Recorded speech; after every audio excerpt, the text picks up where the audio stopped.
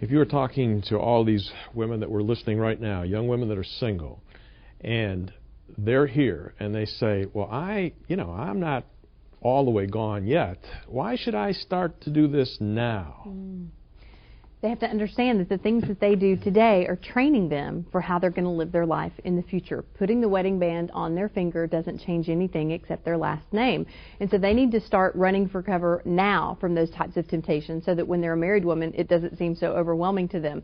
So, looking at some of the patterns that you're creating in your life that are ending in inappropriate relationships or sexual activity. Well, what are the things that you keep doing over and over, expecting different results? That's the definition of insanity. What are the areas of your life that are insane? And so, if you know that every time you go to that club, you're going to wind up going home with some guy, don't go to that club anymore. Find somewhere else to go. If you know that reading that romance novel is going to stir you to the point that you have to masturbate to go to sleep, don't read that romance novel. Find a better book. Start paying attention to where you go, who you hang out with, what you read, what you look at, what you listen to. Those are the boundaries that are going to keep you safe.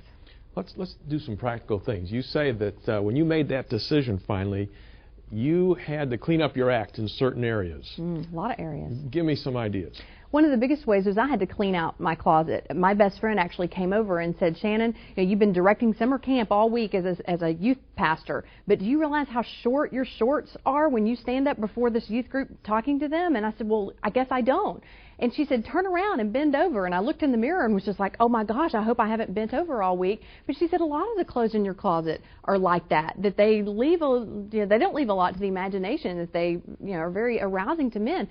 So we put on every single outfit, and I moved around and gyrated and tried to do everything that I would do in the normal course of the day to see how are other people seeing me in these clothes. And I wound up giving a lot of them away, hopefully to a much smaller woman that it looked more appropriate on. Well, you also used to watch the soaps for an hour and a half?